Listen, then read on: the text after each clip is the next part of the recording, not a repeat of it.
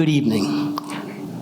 Tonight, we attempt something rarely afforded in history. For 2,000 years, one name has carried the weight of betrayal. A name whispered in contempt. A name synonymous with treachery. Judas Ischariot. We know his crime. We know the kiss. We know the 30 pieces of silver. We know the rope, and the field, and the silence that followed. But what we do not know, what we have never truly heard, was his voice. History is written by the faithful, and theology is shaped by the redeemed. Art immortalizes both the villain and the hero equally, yet rarely do we sit to ask, what was Judas thinking? What did he believe that he was doing? Was he a monster? Was he a coward? Was he a pawn? Or was he something far more human? We're not here to absolve him, nor are we here to condemn him. We're here to question him, to look into the soul of a man forever frozen in a single act and ask, why? Why betray a teacher? Why betray a friend? Why betray the man you claimed to have loved? And perhaps, maybe more importantly, what will his answers reveal about all of us? This is not a trial. This is not a sermon. This is a conversation. And now, for the first time, Judas Iscariot will speak for himself.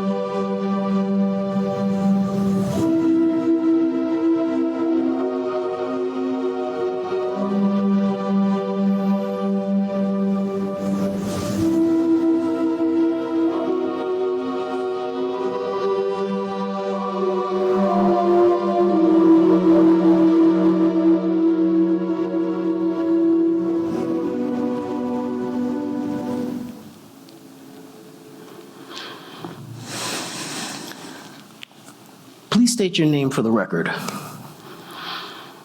You already know it. It lives in infamy. Judas Ischariot. That's the name that turned a personal act into a universal symbol. But who really were you? No one asks that anymore. I've been called many things. The necessary instrument, the deceived one, or the misunderstood disciple. Jesus himself called me the son of perdition. Imagine that.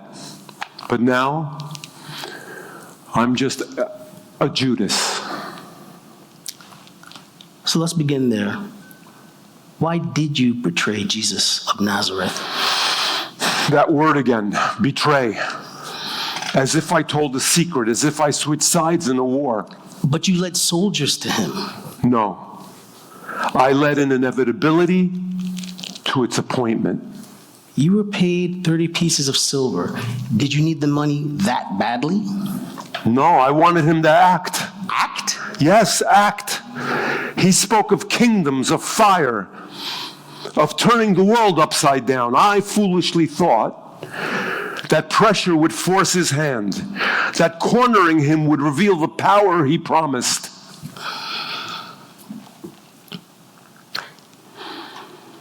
So you believed him? Yes, but more dangerously than the others. They believed he would save them. I believed he would change everything. And when you felt he didn't? When he healed instead of struck. When he surrendered instead of summoning angels. Then I understood that I had misunderstood him completely. See. Now, I'd like to ask about your relationship with the devil. Many traditions portray you as his agent, even his companion. Is that how you see it? Companion? No. The devil does not walk beside you. He walks inside you, inside the spaces that you refuse to examine. If I had seen him clearly, I might have resisted him. What I felt wasn't horns and fire. It was certainty. Quiet, reasonable certainty. So you didn't believe that you were serving evil? No, I believed I was being realistic. That's the devil's most convincing disguise. You see, he never said betray goodness. He said, this will end the suffering sooner. Someone has to do the necessary thing. Did you feel tempted or guided? Neither. I felt understood. That is far more dangerous. Temptation can be resisted, but understanding, it feels like relief. You see, the devil did not ask to be worshipped. He offered clarity, false clarity, but it felt sharp and clean compared to faith, which can be slow and humiliating. Some say that Satan entered into you or invaded you. How do you see it? As a surrender, not an invasion. Evil does not break down the door.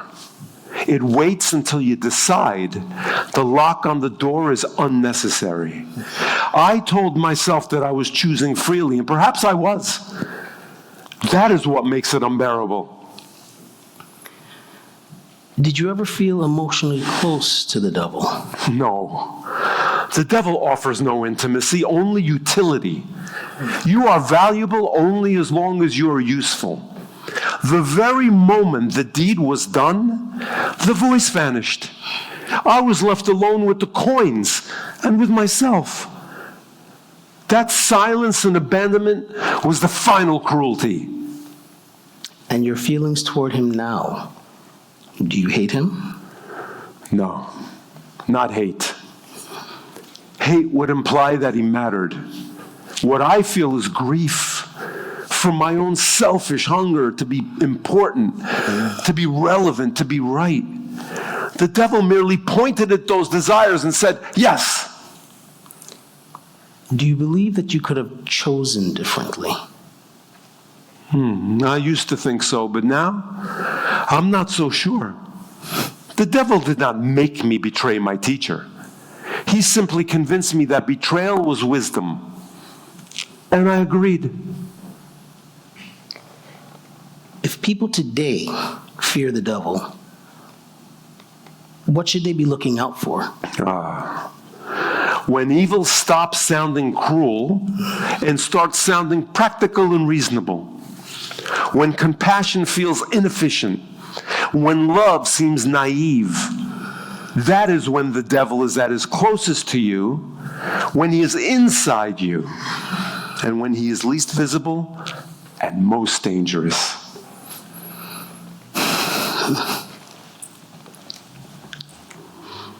Now I'd like to ask you about the other disciples. When I think of them, I do not see saints. I see brothers. They sinned. I sinned. The difference is that they turned towards mercy and they received grace. And you?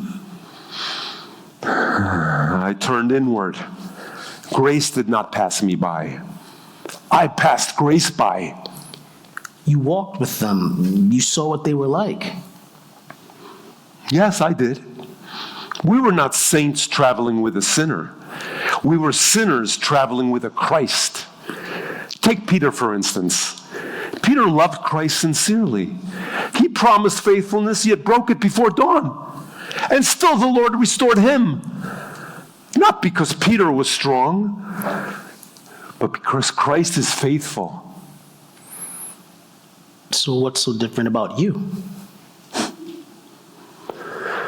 Peter fled to Christ in his grief. I fled from him. That's the difference. Remorse is not repentance. But you loved Christ too, didn't you? Yes, I loved Christ, but I loved my own judgment more. I believed that I saw what the others did not. Pride is a quiet and deceptive sin. It sounds like wisdom, but it's not. It's folly. And which of the others did you respect the most? Thomas. Thomas was honest. He doubted out loud instead of hiding it in hymns. He's mocked for that, but I trusted him more than most.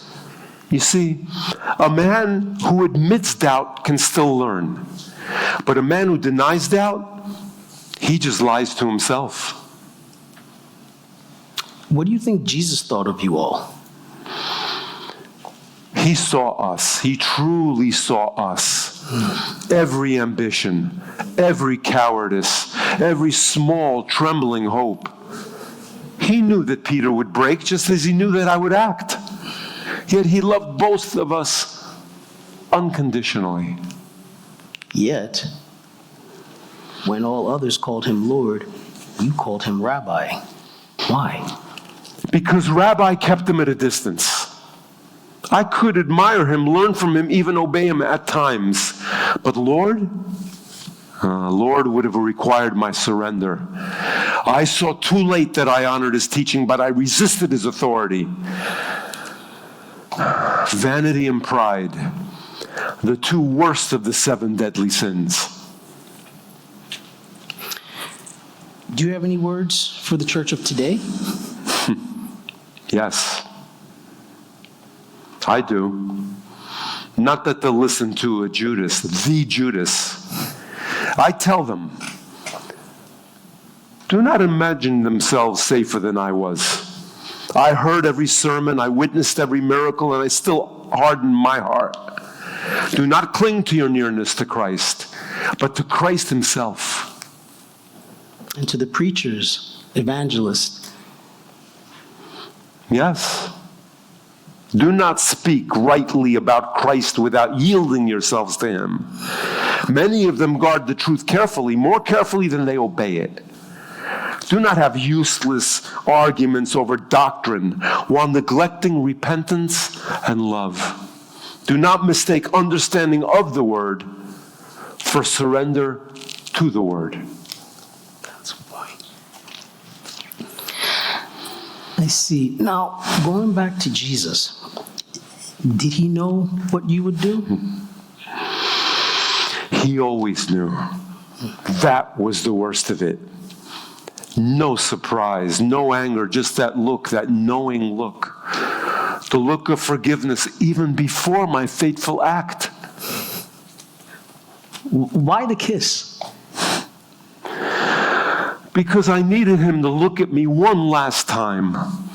And because in a strange way, history needed a symbol. Do you regret it? Regret would imply that an alternate ending was possible. Now I know that it never was. You returned the silver. Why? Because money burns when it pays for a soul. Why did you choose such an end for yourself? I exited the story the only way allowed to me. The world needed a moment frozen in time. How would you like to be remembered? As someone who was wrong and not evil. As someone who loved too fiercely but understood too little. And if you could speak to him now, would you apologize? No, I wouldn't apologize. He never needed that. I would ask, was a Judas Ischariot necessary? Do you think he was? That's a question for the ages. Wait, you will see. Well, you have an audience before you. Have you anything to say to them now? Yes. Let me leave you all with a small parable. There was a man who lived beside a well. Every day he measured its depth and spoke of how pure the water was. When travelers came, he spoke of the wonders of the well water, how special it was, and of its healing powers. Yet his hands were always dirty, and he was always thirsty because he never lowered his bucket. In the end, never appreciating the purity that was always within his reach, he died next to the well, thirsty and unclean. That man was me. Look at me. Do not look away. Learn from the tragedy of a Judas. Know my name, remember my name, and how it is spoken today like a curse. And hear this carefully before you judge. I walked with him. I heard the truth breathe. I felt mercy touch my shoulder, and still I chose myself. And that's how it starts. Not with hatred, but with an excuse. I thought that I could follow Christ and still keep my own plans. I thought silver could soften the cost of obedience, and that repentance could wait until tomorrow. Tomorrow never came. The danger is not in open rebellion to the word. The danger is in distance from the word. The danger is knowing his voice and answering it later, in loving the idea of Christ more than the command of Christ. I did not lose my way all at once. I drifted step by careful step, and by the time I knew I was lost, I couldn't find my way back. Hear me now and learn from a man who learned too late. To walk from him is not freedom, it's emptiness. To refuse his path is not strength, it's loneliness. Follow him while your heart is still tender. Follow him while obedience is still within your grasp. Follow him before earthly temptation takes hold of you and convinces you to bargain with the truth. You see, I stood close enough to kiss the face of God and still chose to let him go. So please listen.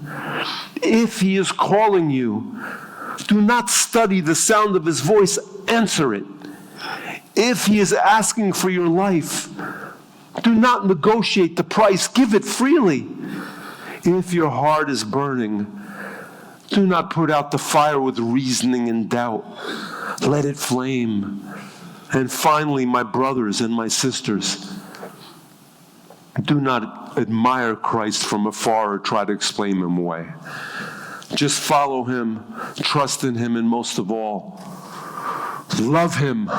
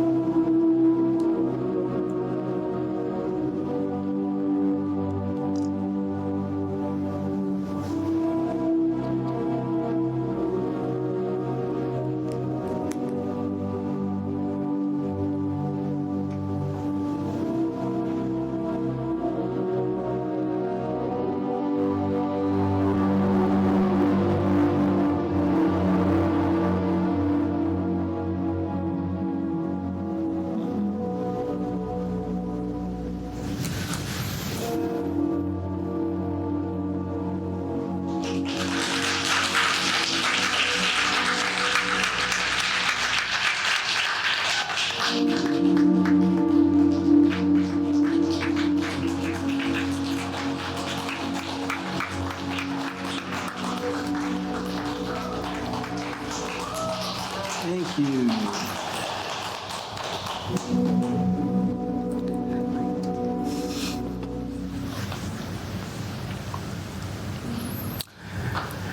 Thank you, guys.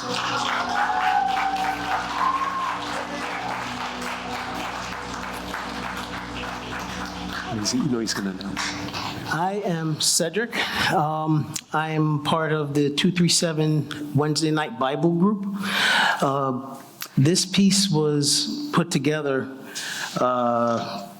organically, as spiritually infused, as most of the things that go down in our Bible studies are.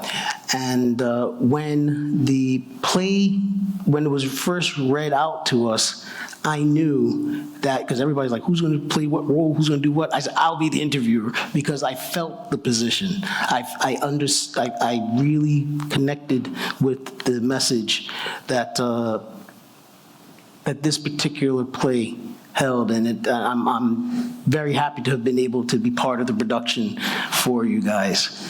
I'd like to take the moment to introduce the author of this, Polatkan, our Judas.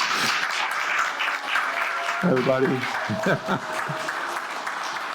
Well, first of all, I want to thank everybody for coming out. And I urge everyone to pick up a brochure when you leave, just to give you a little bit of insight into my thoughts. I want to thank Cedric. I think he did a wonderful job. Thank you. I want to thank Yoojean, wherever she is, our director. Of course, I want to thank Pastor Park. Of course, Pastor Park, for having the courage to put on something which, when it first started, I thought would be too controversial. But it turned out that it just grew, thanks to God.